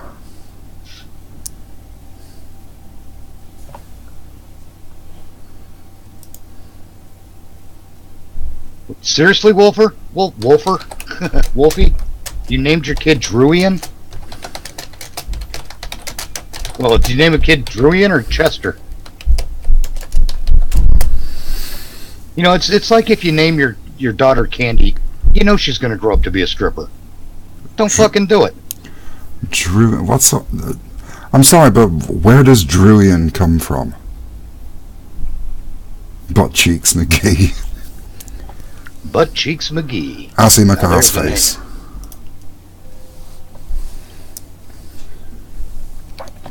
You know, you might as well name your kid Cumsack. Vicky McBucknugget. I mean, shit, man. You know, if you want your daughter to be a complete slut, name her Lisa. I mean, generally speaking, boys you have to try and keep them fairly traditional. But girls you tend to have a little bit more leeway with. A little bit, but let's not go too far with it. You know, one thing I hate when they do to a girl is when they feminize a male name. Like, God, what's... Daniela. Well, no, Danielle. That bothers me. Oh, Wesley. God. Shut up, Shut up, Wesley. Shut up, Alexander. See, let me explain this to you, too. I'm responding to something Wolfie, Jesus Christ, I don't even have the names right. Responding to something Gunny wrote. A friend of his named his son Wolfgang Werner. I am perfectly fine with that. You know, it sounds like Wolfgang's going to be a weird name, and it is, but at the same time, it's not soft. It's not like Tyler, or Jordan, or Flynn. It's not a soft name, it's a guy's name. Wolfgang. Hey, you see who that is? Yeah, who's that? That's Wolfgang. Yeah, but give it a soy boy to say and it'll still be. Oh, I know, but in the end, you don't fuck with Wolfgang. Well, right? Because it's that kind of a name. You know, it's an Eddie. You just call yourself Wolfie. Oh, yeah, maybe. Obviously somebody fucked with Wolfgang and they're in our chat. Yes. But, you know, Wolfgang's not it's just not soft. You know, I go with George Carlin on this. Soft names make soft people. Yeah, there is a certain thing to be said to people tend to live up to the name that... Well, it's because language has a psychological value. Oh, yeah.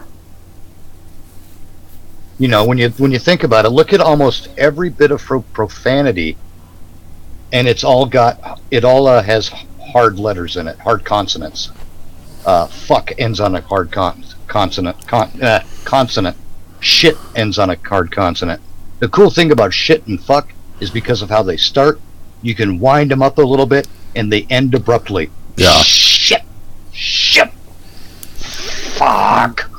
You know, that kind of thing. The one that falls out of that pattern is ass and asshole. You know, I'd say one because they're derivative. Asshole, no hard consonant, but somehow it really works as a bit of profanity. Hey, asshole. Yeah. And I think it's because it starts abruptly with the letter A, or at least it can, because it's like, hey, asshole, or it's like, ass. It hurt my ass. Don't touch my ass. You know, that's one of the things that really annoys me about being in the UK, is they don't say ass properly. Arse? arse, Yeah. which really only works if you've got an Irish accent. Yeah. It doesn't work, maybe for Scottish as well, but Irish and Scottish, but when you're English, arse. I can't be arsed. Now look, see this my whole idea there about the profanity and the hard consonants really goes a long way to explain why so many people get offended at the word cunt. It's because it starts and stops abruptly. It could well be. Cunt. Who's this cunt? Put this in your cunt. You know, I mean. Alright, lad, put on your cunt and smoke it. Yeah. I mean, I'm just saying, I'm just using profanity to demonstrate that language, words, possess a psychological value. And when you name a kid Taylor, especially if it's a boy, well, you're gonna have a fucking. Basically, you're growing a future member of Antifa. You know, let's see. Gunny writes, their last name was Schultz and Grandpa was Hitler. Was Hitler Youth. Still had the uniform and knife and unit commander badge. I'm taking you're referring to the Wolfgang. To the guy who named his son Wolfgang. Wolfgang Werner. Let's see. For the drug addict parents, perhaps collateral. What? Oh, that's been in chat for a while, I think. Okay. Oh no, for the last 5 minutes. So but I'm taking it way out of context at this point. It's obviously a conversation that we've long since had and forgotten that was commented on, and we didn't catch it. But to follow that George Carlin logic, when it comes to the psychological value of names, do you really think Hitler would have ascended to the to the office of Chancellor if his first name were Skip? Skip Hitler.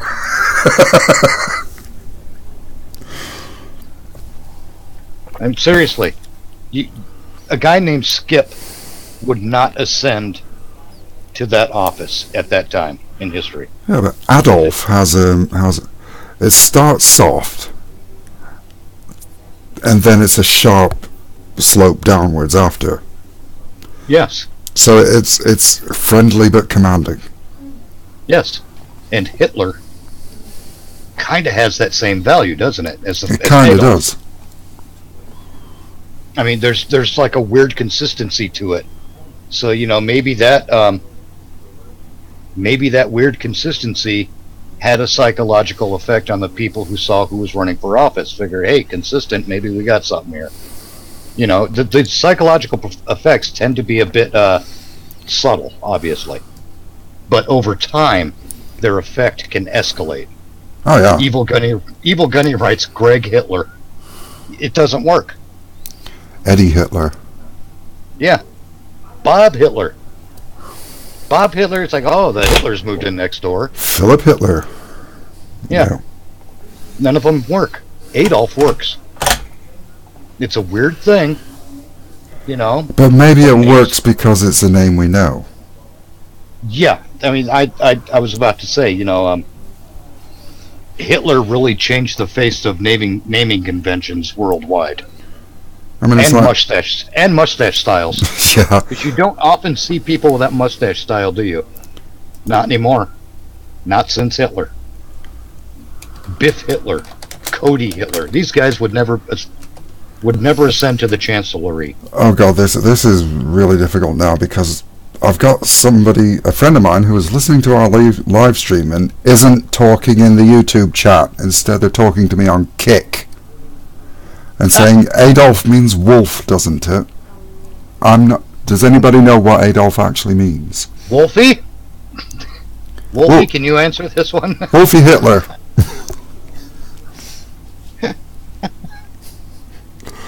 I'm just saying that,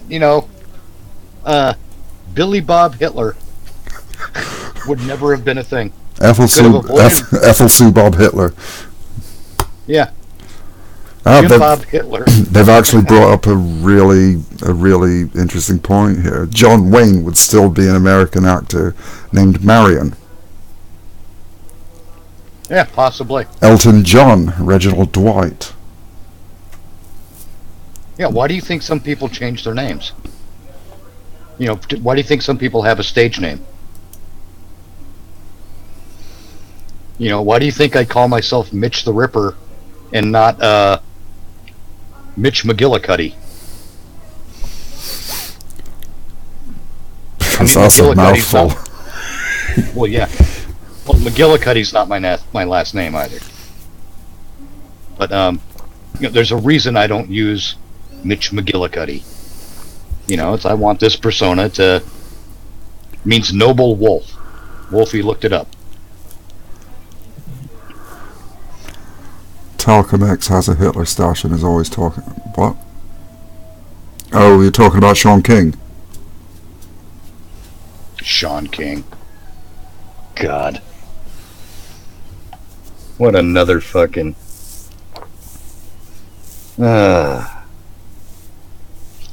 Look, Sean King, Elizabeth Warren, Rachel Dolezal, they all need to just go away. I'm not saying they need to be, killed in a car fire or nothing. I'm just saying go away. They need to... You've done your fucking... Find their way back to the obscurity they came from. Yes. Yes, exactly. You've gotten on the public stage and did your... you've had your chance to do your song and dance. Now just go away. Well, I'm afraid to say Mitch's chat is beating Arakor's chat for the meaning of Adolf. Oh, well. By a whole minute. The name on... Uh-oh. My first name means King of a Lower Valley in Lower German. My name actually means He Who Is as God. So, y'all can make of that what you will. I honestly don't know what my name means. And I don't care. Well, you are a shrubber. Your name is... My name is Roger. I'm the purveyor of shrubberies. You arrange, design, and sell shrubberies. Oh, what is this world coming to when anybody can just come up and say "nicht" to an old woman? Nothing is sacred.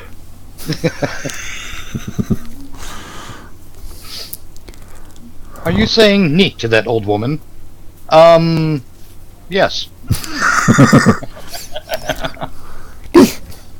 No, it's "nicht." No. Ah. Ooh. No, it's all at the back of the throat. Carl. Carl. Only works with Lenny. Lenny? Yeah. Who the fuck is Lenny? Lenny's the white one. What, are you talking about that book, what is it, Sense of Bestiality or whatever? No, I'm talking about The Simpsons. Carl and Lenny. Carl's the black one, and Lenny's the white one. Ah. Let's see, I know not about The Simpsons. Because, I think I watched... Oh, God, now my friend is singing "Every Sperm is Sacred" at me over Kick in text form. God. And if a sperm is wasted, God gets quite irate. Yes. Every sperm is useful in your neighborhood. Yeah, at least it is in mine, according to the ladies. And then I woke up. What? What happened? Did I black out again? Carl equal Lopez in German. What? Okay, the chat's obviously on LSD now. We can't use them as a substitute for talent. Oh my God, they've gone the way of fucking... the fuck, Russell Brand. They've gone the way of the doo-doo. Speaking of... okay, there's a guy I can't stand, is Russell Brand. But... and, getting past his idiot politics and his, the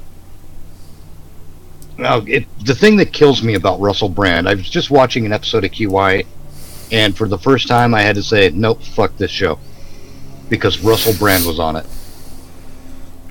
And what gets me is if you watch him whenever he's on a panel show type situation, if there's a studio audience, every time he speaks, he looks at the audience as if to seek approval.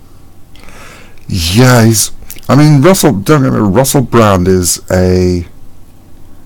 he's an intelligent person, but he's also got the whole pseudo-intellectual thing going on as well. Yes. He's smart, but thinks he's smarter than he actually is. Yeah, I know what the phrase means.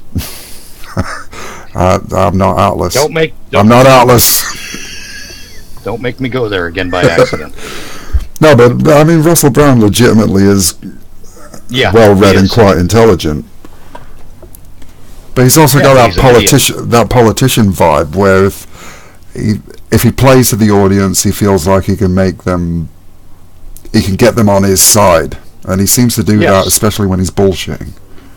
Yes, and it's sad because it's obvious. Mm. You know, when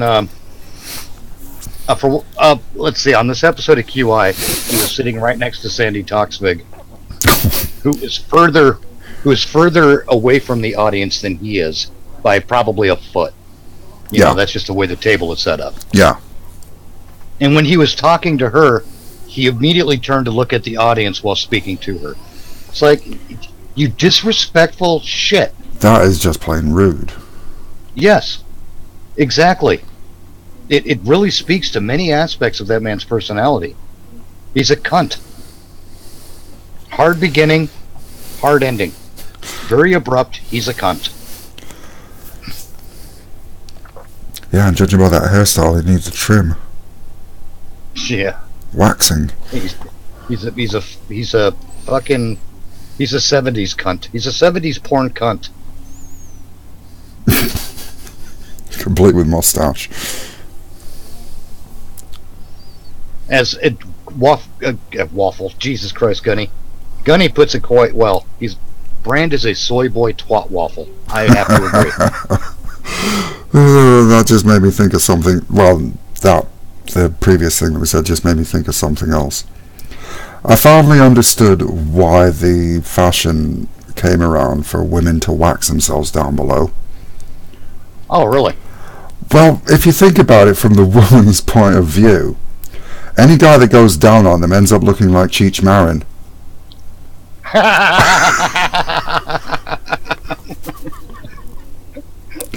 We don't need those stinking badgers.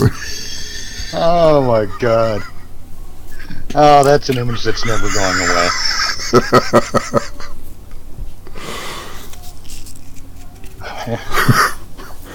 Yeah, for a long time he really did have that 70s porn mustache. Oh yeah. Oh god. Between him and Freddie Mercury, they had the mustache market well and truly sewed up.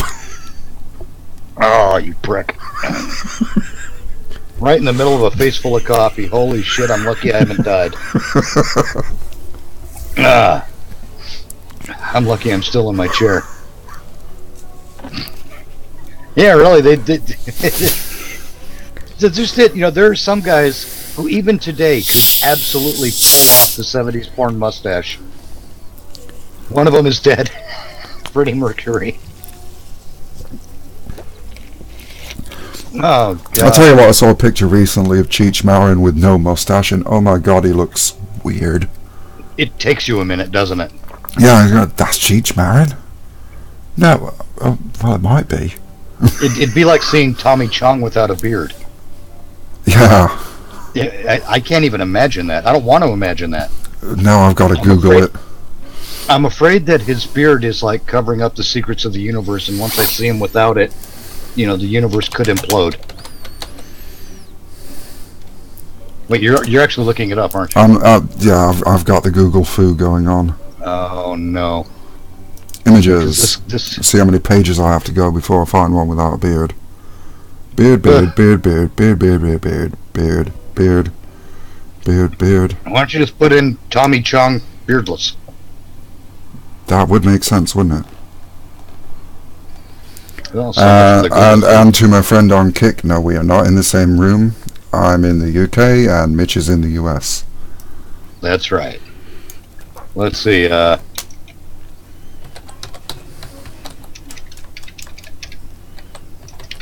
Beardless. See, funny part is, while you're looking up that, I'm looking up,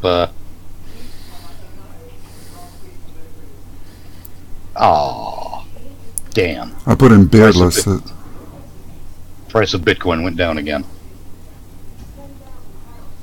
That's alright, it's January. It seems to be the pattern. Now I've come to the conclusion Tommy Chong was born with a beard. That's very possible. I mean, I know one of my friend's mothers was.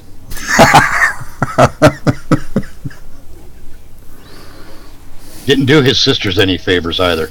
Oh, oh, I bet. Yeah, Cheech does have a slight hair lip. Coffee.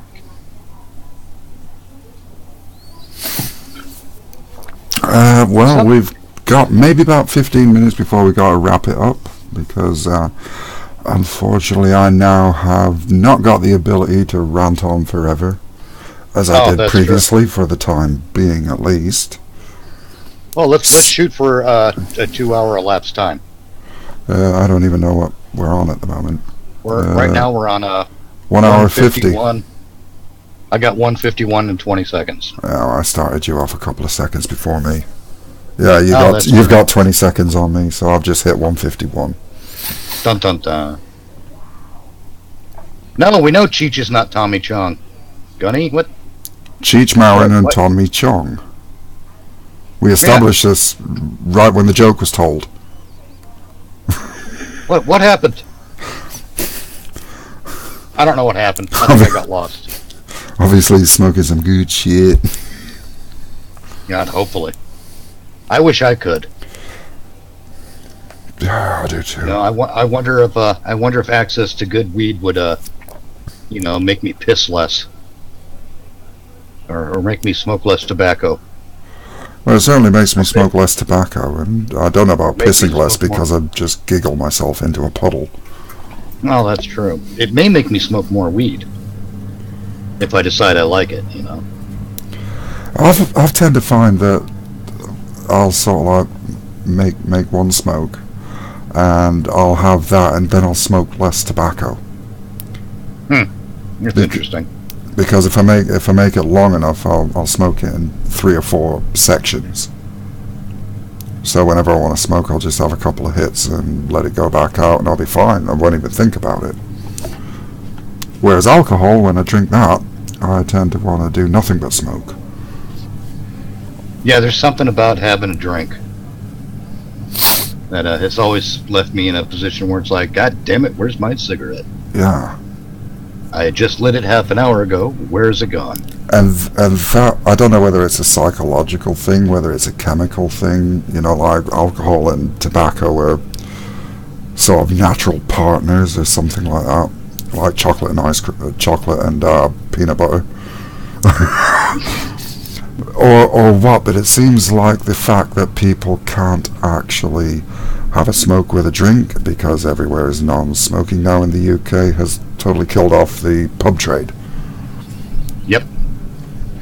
Yeah, might as well stay home. It might This even is the be... thing, you know. This is my problem with that shit, man. You want to live in a free country, you want to keep... And I'm referring to America right now. If America wants to keep claiming it's a free country, then you better damn well let every business owner decide whether or not they want to allow smoking on their premises. It's not your premises. It's theirs. They own it. They make decisions for it. They determine that premise's destiny, not you. Fuck off. You don't want to shop there, you don't want to eat there, that's fine. There was a guy up in Blackpool in the UK who actually challenged the smoking ban on that exact on those grounds? Yeah, on those grounds, and they basically what they did is they got the council to fine him out of existence so that he couldn't afford to continue the case. Oh, yeah, that sounds about right. Can't win the case, so we'll just make it so you can't fight it. Right.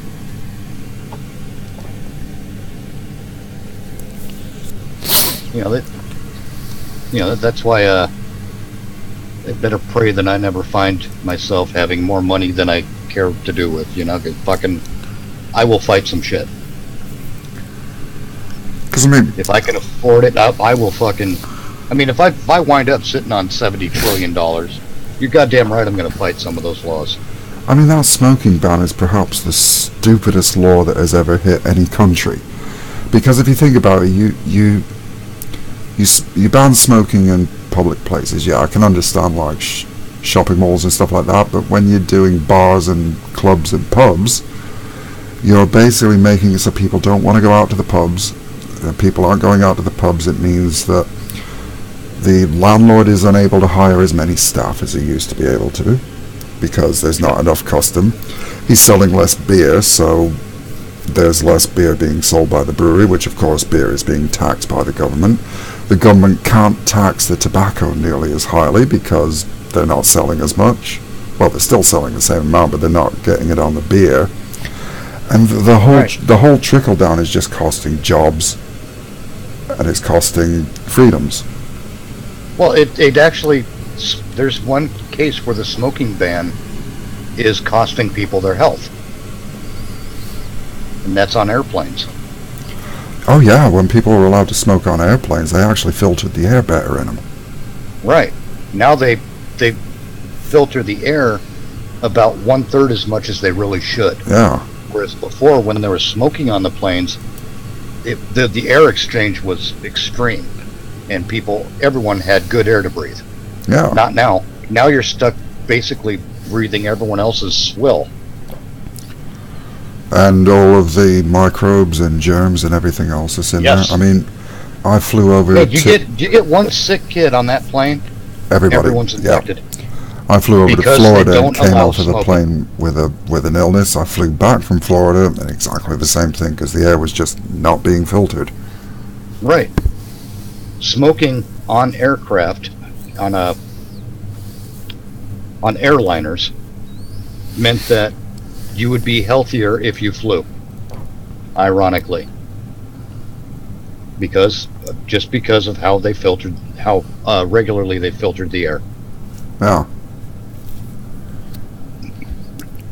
And I'm sure there has to be some sort of argument that goes along the lines of the passive smoke that was in the bars. If this theory that I've got that alcohol and tobacco are natural complements to each other, if that theory works, the second-hand smoke would also be enhancing the drinking habits of the other patrons of the pub anyway. Yeah. It was certainly enhancing the atmosphere, because you go for the atmosphere, and people were always relaxed, sitting, having a smoke, having a drink, and having a great old time. Instead, all of the interesting people are stood outside in the rain. Yep. And all the boring people are left inside to monitor purses.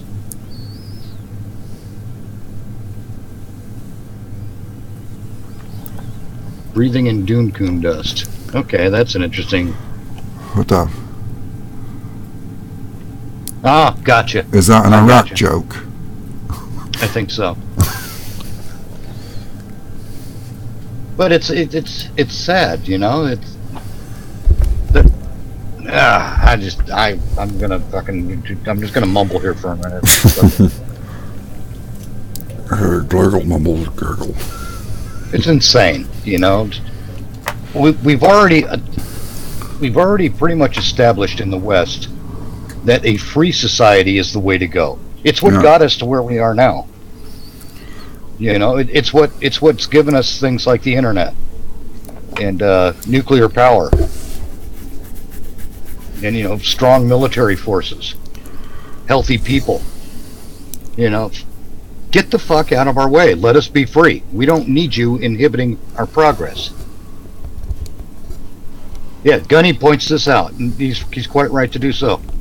Bars are not and never have been health clubs. No, exactly.